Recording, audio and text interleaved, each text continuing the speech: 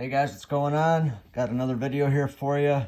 This video is going to be all stuff that I picked up this week at the coin shop. You know, I like to go to the coin shop usually every weekend, and they got a 30X bin that I like to dig through. It's stuff that's just too nice to be in the junk bin, and you know, junk's I think around 25X right now, at least at my coin shop it is. So I'm happy to pay 30X for the type of stuff that I'm about to show you here. So I'll get right into it. You know, there was a bunch of, let me zoom in a little better. There was a bunch of these Washington quarters. And these are BU, choice BU. Here's a 1945S, just very nice condition.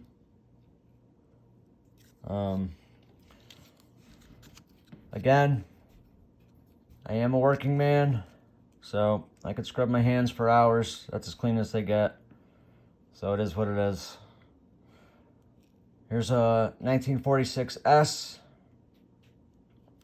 I really like the luster on this one. It's got that rich, it's almost got a little bit of a cherry hue to it. Really nice luster. I picked that up. Here's another one. 1946S, choice BU. 1946S. So this is all out of the 30X bin. So I paid $7.50 a piece for these, which I think's pretty reasonable. I don't know what you guys think. Let me know. I like that price. And I like I said, this kind of has that little bit of a hue to it, opposed to being blast white. And it's just got really excellent luster. There is I saw a little black spot on George Washington's hair there, but it was just a little piece of fabric or something that I wiped off. But this is obviously choice BU, extremely nice coin. I'll take it for 30X. And there was a lot of these Mercury dimes, which I really like. I mean, look at the luster on these. This is a 1945S. Really nice shape. So, $3 a piece for these. You know, I usually go there with my intention is to find barber and maybe seeded stuff. But that's the fun thing of going to the coin shop and looking through the bins, because you never quite know what you're gonna find. You know, if I can find nice BU stuff like this for a reasonable price, I'll take it every day. Here's a 1943S. Again, this has a nice hue to it, great luster. Just a really strong Mercury dime.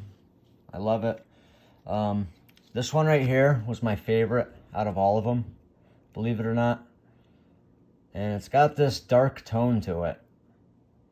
And from a glance, it almost looks dull. But, you know, it does cartwheel around really good. It's got really nice luster. It's just darkly toned. And I really like the look of it.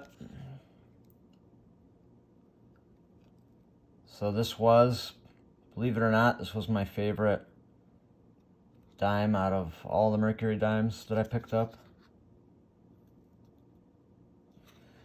Here's another darkly toned one that I really liked. It's a 1945 Micro S.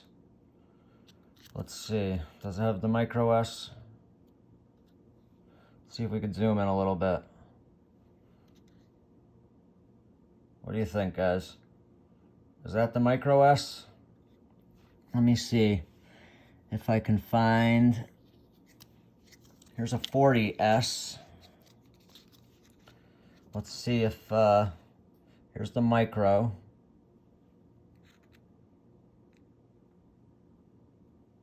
I don't know.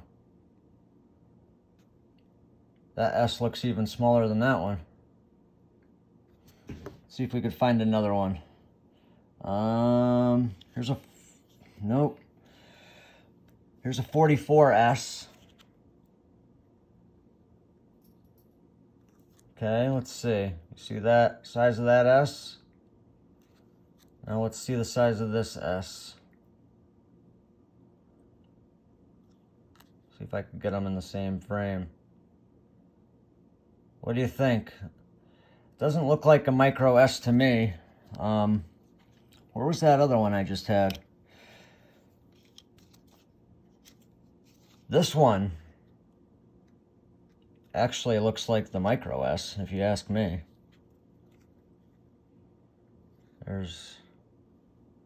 Can you see the difference in those S's?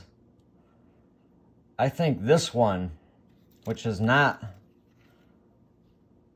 labeled a micro S, my favorite one. I mean, I think if any one of them's a micro S, I think it's gonna be this one.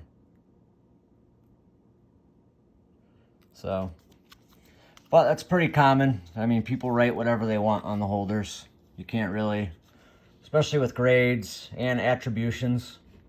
You got to take what the holder says with a grain of salt, obviously. Here's a 1945D. Really nice luster. Again, it's got that little bit of a hue to it, opposed from being just blast white. It's got a little bit of color to it. Looks really nice, really sharp coin. I did pick up a couple of rosies that were just in excellent condition. So, you know, you'll see a lot of coin shops are going to be selling these for $5 a piece or more. Typically, you'd see them $5 a piece. I think that's, you know, that is reasonable, especially for coins that are this nice. Choice BU, great luster, no scratches, rim dents, rim dings. You know, I mean, this is a very strong coin. I think it would be very reasonable to ask $5 for that. But again, I got it out of the 30X bin. Here's another one I got, the 1949S. This one's $30 apparently. So I got a really good deal on this one. But like I said, you got to take whatever's written on the holder with a grain of salt. You got to do your own research, look into it, know what you're buying. But, I mean, it's about as nice as it gets for a Roosevelt dime. I'm happy to buy that. Got some more Mercs, 1943D. Really nice luster. See the D down there? The micro D. I don't know. Is that a thing? Is that, do they attribute the micro D? I've never seen it. Here's a 1938P. Here's a 1941P. Again, it's got that little bit of color to it. I really like that color. You know, the color with the luster, it just really pops. So I'm happy to have bought each and every one of these Mercury dimes, Roosevelt dimes, and even the Washington quarters. And then I also got, oh, here's another one, 1941S.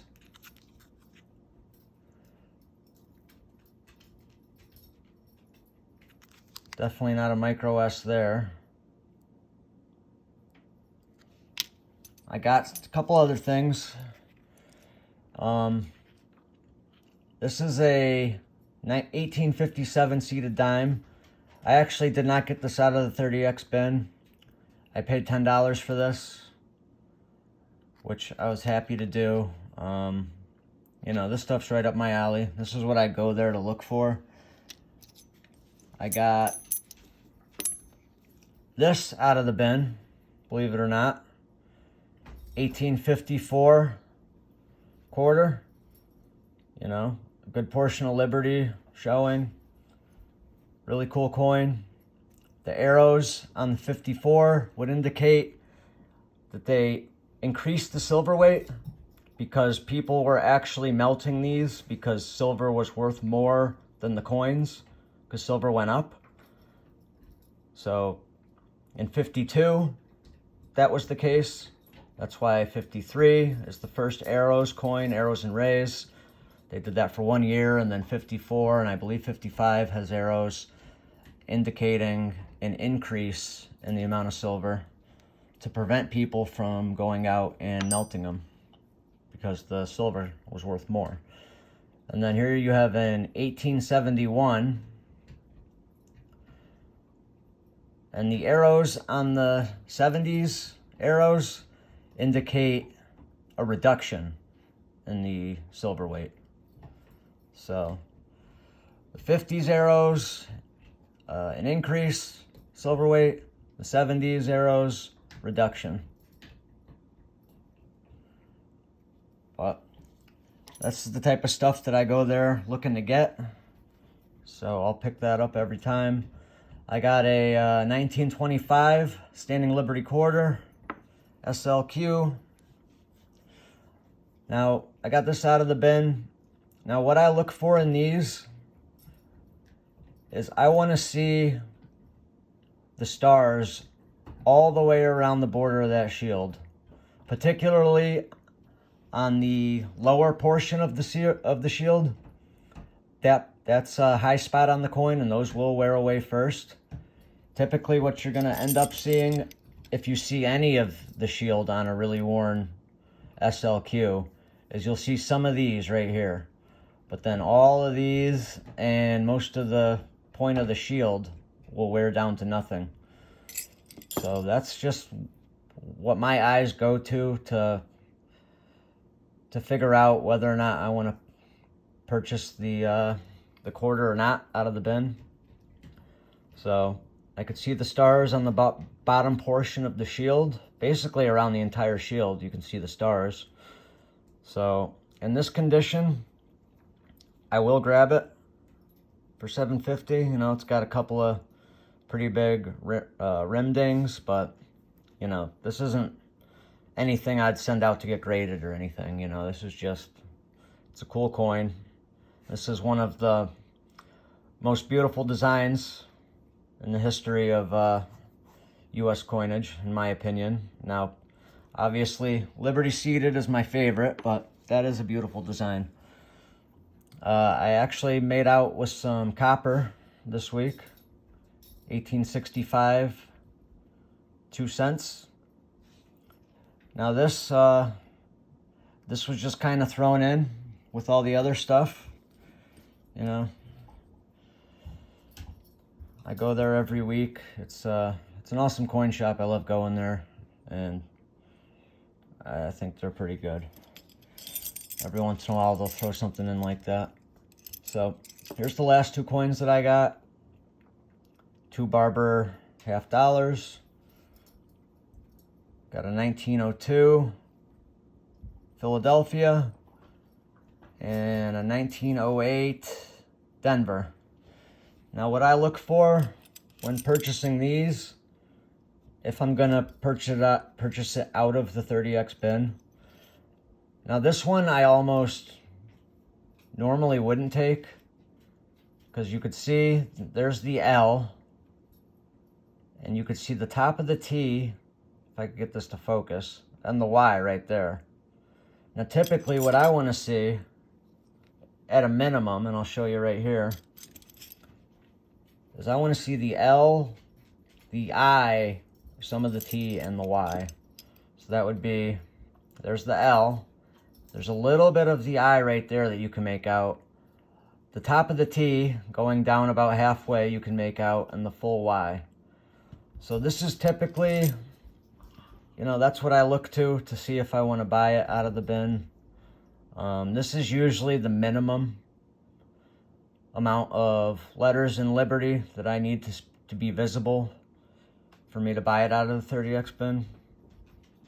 You know, anything less than that, and I would kind of more like to just buy it for, you know, $50 junk prices. But this one is really borderline for me. You could see the L, some of the T and the Y. There's no other letters visible at all. But, you know, sometimes I'll grab it, sometimes I won't. It just depends. I grabbed it this time, and I'm happy to have it. So, that was all of my purchases for the week at the coin shop. And I'll show you guys what I get next week. Thanks.